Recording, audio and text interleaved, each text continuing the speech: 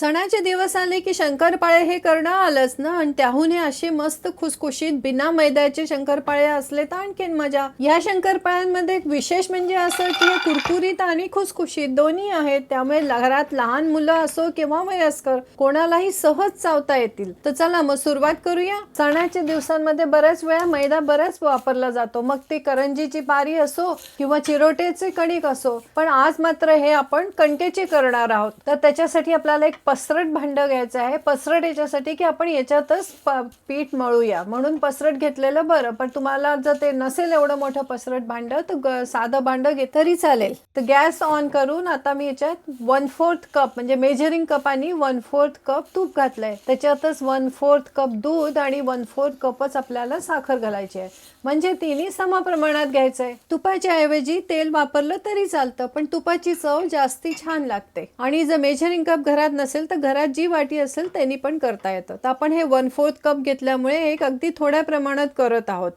पण जर दिवाळीसाठी किंवा कुठल्या सणावारासाठी करायचं असेल तर मग मोठा वाटगा घेऊन त्यांनी समप्रमाण घेतलं तर भरपूर होतील. सोबत मी याच्यात चिमूटभर मीठ पण घालते. अगदी थोडंसं मीठ घालायचं, म्हणजे गोडाच्या कुठल्याही पदार्थात मीठ घातलं की त्याची चव आणखीन खुलते. आता हे मध्यम आचेवर थोडेसे बुडबुडे येईपर्यंत आणि साखर पूर्णपणे विरघळेपर्यंत आपल्याला हलवत हलवत गरम करायचं आहे. उकळी नाही आणायची, उकळीची गरज नाही आहे, पण फक्त साखर विरघळली पाहिजे आणि थोडेसे बुडबुडे म्हणजे चांगलं गरम व्हायला हवं आहे.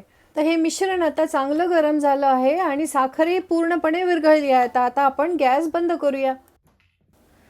आता हे मिश्रण गॅसपासून बाजूला करून त्याला अगदी किंचित गार होऊ द्यायचं, अगदी उकळतं असायला नको.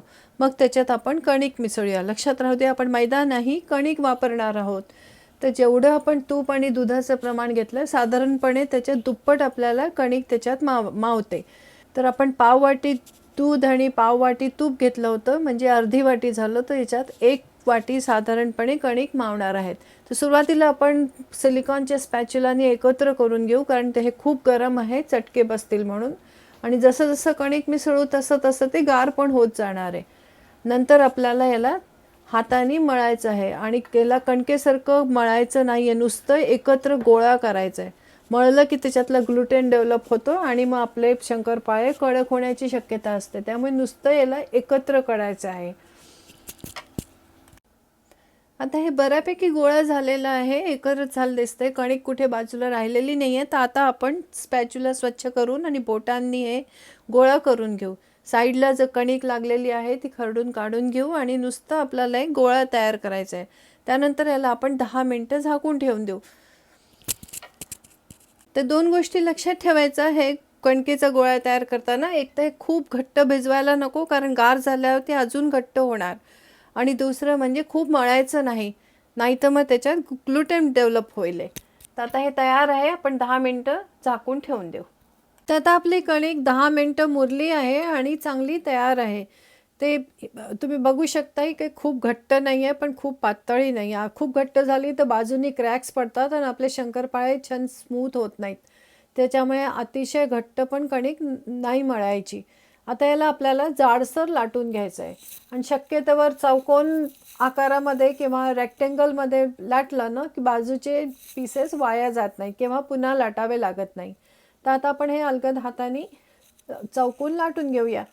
आणि अगदी चौकोन काही लाटता येत नाही, थोडंसं ते गोलाईवर जातंच, तर मग त्याला आपण पिझ्झा कटरनी किंवा एखाद्या कातरण्यानी कापून आणि परत मध्ये ठेवून त्याला लाटून घ्यायचं. त्यांनी चांगले लेयर्स पण येतात शंकरपाळ्याला आणि नंतर आपल्याला कापायला चौकोन खूपच सोपं जातं. आता हे किती जाड आहे ते बघून घ्या. खूप जाड नाही आणि खूप पातळही नाही. आता हे आपले शंकरपाळे लाटून तयार आहेत. तर आता याला आपण छोट्या छोट्या चौकोनी याच्या आकारामध्ये कापून घेऊया. हे शंकरपाळ्याची जी रेसिपी ते आहे ती अगदी परफेक्ट आहे, कधीही बिघडत नाही. मी गेले अनेक वर्ष हे करत आलेली आहे. कधी तेलाचे करते, कधी तुपाचं मोहन देऊन करते, पण प्रमाण अगदी मात्र हेच ठेवायचं, काही त्याच्यात प्रमाणात बदल करायचा नाही. हमखास चांगले होतात. चला आता आपण तळणीकडे जाऊया. ही लोखंडाची कढई तापायला ठेवलेली आहे, मध्यम आचेवर आहे. तेल खूप गरम नाही आहे, पण अति बारीक पण नाही ठेवायचं, कचोरीसारखं नाही, आपल्याला मध्यम आचेवरच तळायचं आहे. शंकरपाळे सावधानीपूर्वक तेलामध्ये टाकून आणि 2 मिनटं त्याला तसेच राहू द्यायचे. लगेच झारा लावला तर ते विरघळतात पाक, कारण अतिशय खुसखुशीत असतात. त्याच्यामुळे सुरुवातीला 1-2 मिनटं अगदी त्याला संथपणे तळू द्यायचे. जर तुम्हाला वाटलं की खाली चिकटतायत तर मग नुसतं कढईचे कान धरून कढईला हलवायचं, पण झारा अजिबात लावायचा नाही सुरुवातीला. पहिले 2 मिनटं तळले गेले की मग हळूच झाऱ्याने त्याला हलगत हाताने खाली वर करायचे. हे शंकरपाळे पटकन तळले जातात, अजिबात वेळ लागत नाही आणि पटकन लालही होतात. त्यामुळे लक्ष देऊन तळावं लागतं. जरा इकडे तिकडे लक्ष गेलं की ते पटकन लाल होतात. शिवाय थोडेसे कमी लाल असतानाच काढावे, कारण नंतर हीटनी ते आणखीन लालसर होतात. तर आता आपले होण्यातच आले आहे. पहिला घाणा आपण काढायसाठी तयार आहोत. असा मस्त सुरेख बदामी रंग आलेला आहे. हे अगदी परफेक्ट वेळ आहे यांना काढून घ्यायची. आता आपण निथळून एका पेपर टॉवेलवर याला काढून घेऊया आणि बाकीचे पण तळून घेऊ. तर आपले मस्त खुसखुशीत बेताचे गोड तोंडात विरघळणारे शंकरपाळे तयार आहेत. ह्याला मी पिस्त्याची पावडर आणि वेलदोड्यानी सजवते आहे. तुम्हाला हवं ते वरून तुम्ही घालू शकता. बदामाची, पिस्ताची, कशाची पण पावडर खूप छान लागते. काही लोक शोपेची पावडरही घालतात, ती पण छान लागते. तर तुमची काही स्पेशल रेसिपी आहे का की तुम्ही पण अशीच करता? मला कॉमेंटमध्ये जरूर कळवा. तर लवकरच भेटूया आपण.